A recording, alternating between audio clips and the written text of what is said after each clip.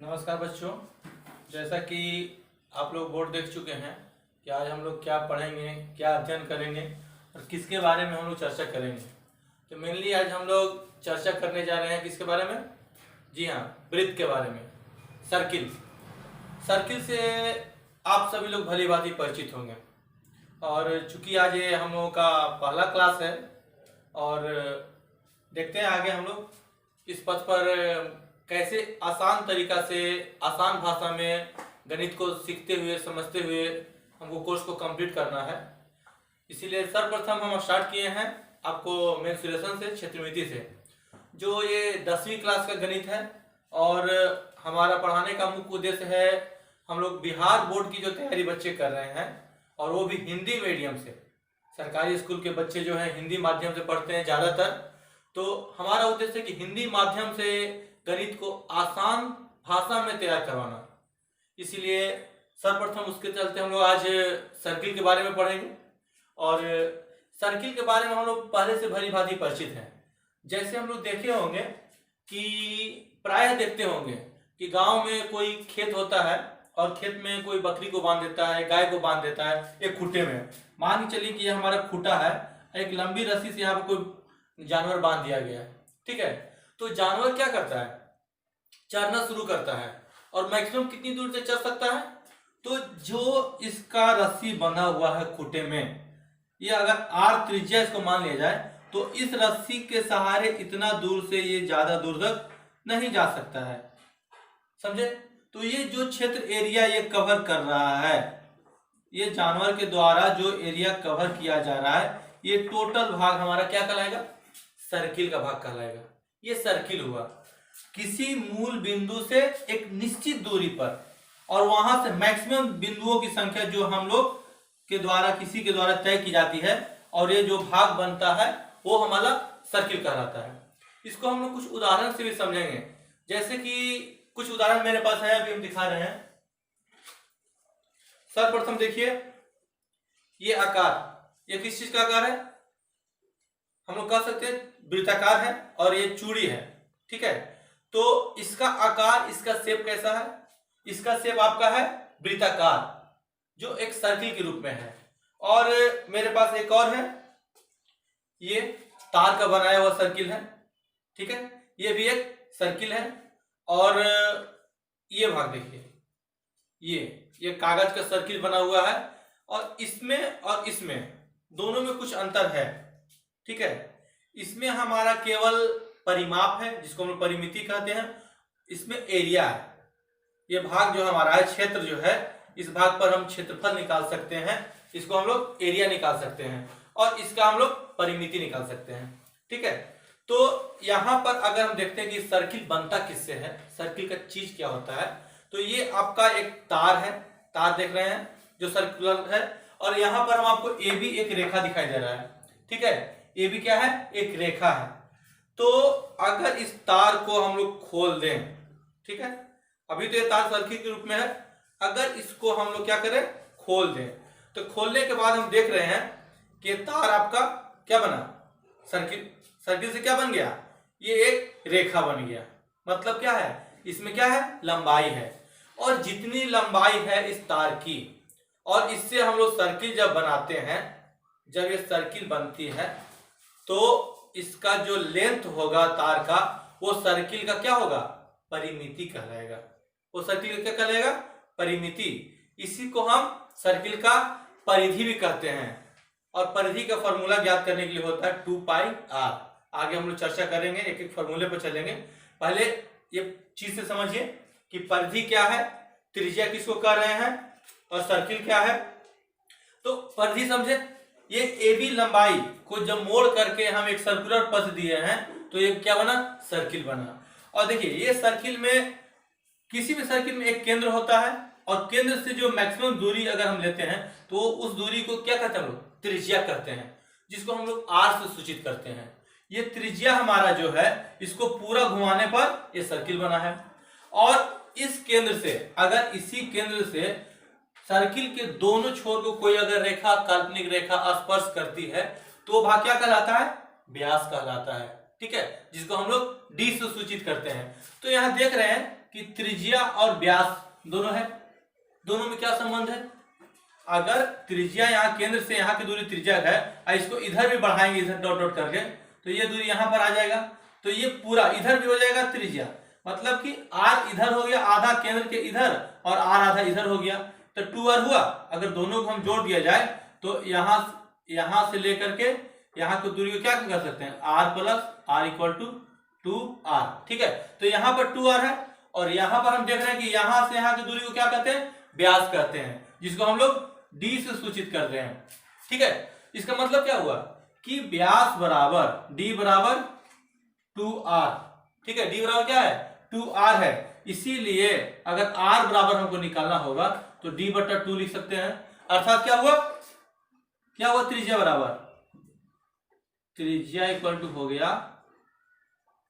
व्यास बटा 2, अर्थात व्यास अगर 8 सेंटीमीटर है तो उसको 2 से भागा देंगे तो त्रिज्या कितना निकलेगा, जी हाँ 4 सेंटीमीटर उसका त्रिज्या निकलेगा। तो केंद्र से गुजरने वाली रेखा जो सर्किल के दोनों ओर को स्पर्श करे वो व्यास कहलाएगी। और यहाँ देखिए, आइए इसमें इस फिगर में हम लोग देख रहे हैं कि केंद्र आपका वो यहाँ पर है और यहाँ भी क्या है, दोनों ओर स्पर्श कर रहा है ये रेखा जो PQ है, ये व्यास है, जी नहीं ये व्यास नहीं है, इसको हम व्यास नहीं कर सकते हैं क्योंकि ये केंद्र से होकर नहीं गुजर रही है। ये क्या है, एक जीवा है। जीवा और व्यास में यही अंतर होता है, व्यास जब भी गुजरेगा तो केंद्र से गुजरेगा और जीवा गुजरेगी तो केंद्र छोड़ करके गुजरेगी, ठीक है। आगे हम लोग चलेंगे कि सर्किल का रेडियस अगर मालूम हो तो उसका पूर्ण क्षेत्रफल कैसे निकालेंगे, उसका व्यास कैसे निकालेंगे, इस पर हम लोग चर्चा करते हैं, ठीक है। मान लिया जाए कि अगर इस सर्किल का त्रिज्या जो दिया हुआ है 7 सेंटीमीटर है, ठीक है, त्रिज्या कितना दिया हुआ है 7 सेंटीमीटर। तो यहाँ पर देखिए इस फार्मूला से, ठीक है, यहाँ पर दिया हुआ है ना आपका व्यास बराबर कितना होता है 2r। तो अगर त्रिज्या 7 सेंटीमीटर है तो यहाँ पर व्यास निकालने के लिए वो क्या फार्मूला लगाएंगे, d बराबर 2r, अर्थात कितना हो जाएगा 2 गुना 7 बराबर कितना हो गया 14 सेंटीमीटर, समझे। तो त्रिज्या से व्यास निकाले, उसी प्रकार हम लोग व्यास से क्या निकाल सकते हैं, त्रिज्या निकाल सकते हैं। अगर मान के चलिए कि यहाँ पर d बराबर हमारा दिया हुआ है 28 सेंटीमीटर, ठीक है, d बराबर कितना 28 सेंटीमीटर, तो हमको r निकालना पड़ेगा। तो r बराबर क्या हो जाएगा 28 बटा 2, इसको सिंपल काट देंगे हम लोग तो कितना हो गया 14 सेंटीमीटर। क्लियर हुआ। त्रिज्या और व्यास में संबंध है। सर्किल का जो फार्मूला हम निकालेंगे, क्षेत्रफल निकालना हो, परिधि निकालना हो, त्रिज्यखंड का क्षेत्रफल निकालना हो, सारा चीज हमको त्रिज्या से निकलेगा, ठीक है। तो मेनली हमारा चीज क्या है सर्किल में, त्रिज्या। अब देखिए आगे हम लोग बढ़ते हैं।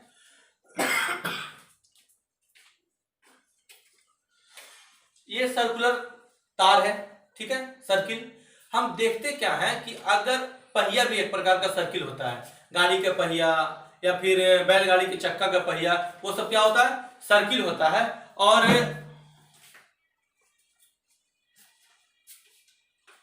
जब मान लिया जाए कि ये पहिया है, ठीक है, इसको एक चक्कर लगाते हैं तो पहिया जब चक्कर में दूरी तय करेगा तो कितना दूरी तय करेगा, कितना दूरी तय करेगा, जी हाँ वो परिधि के बराबर दूरी तय करेगा। अर्थात उसका जो परिधि होगा वो दूरी ये चक्का तय करेगा। मान के चलिए ये चक्का को यहां से हम लोग शुरू किए हैं,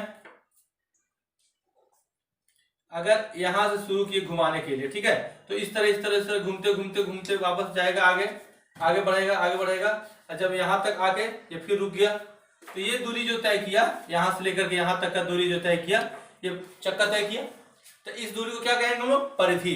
तो ये दूरी हम निकालने के लिए कौन सा फॉर्मूला लगाएंगे, 2 पाई r लगाएंगे। 2 पाई r के फॉर्मूला से हम लोग ये तय की गई दूरी, किसी चक्का का एक चक्कर में तय की गई दूरी हम लोग निकाल सकते हैं। क्लियर है। आगे हम लोग मैथ पे चलेंगे, क्वेश्चन बनाएंगे, ठीक है। थोड़ा देर में हम लोग मिलते हैं, आगे देखेंगे। स्वागत है बच्चों, वापस हम लोग दूसरी क्लास में। अभी तक हम लोगों ने वृत्त का जो थ्योरी था वो समझे थे कि वृत्त बनता कैसे है और वृत्त का मुख्य भाग क्या है, त्रिज्या, जीवा, व्यास, इसके बारे में हम लोग चर्चा किए थे, और वृत्त का परिधि के बारे में हम लोग चर्चा किए थे। इसमें मेनली हम लोग इस क्लास में खास करके ध्यान देंगे कि वृत्त से संबंधित जो भी कुछ फॉर्मूले आते हैं उसमें पाई एक मेन फैक्टर है, पाई इंपॉर्टेंट है। तो पाई है क्या, उसके बारे में हम लोग चर्चा करेंगे। जैसा कि हम देख रहे हैं कि यहाँ पर पाई का मान लिखे हम वृत्त का परिधि बटा वृत्त का व्यास, अर्थात पाई क्या है, पाई एक अनुपात है। किसका अनुपात है, तो परिधि और व्यास का।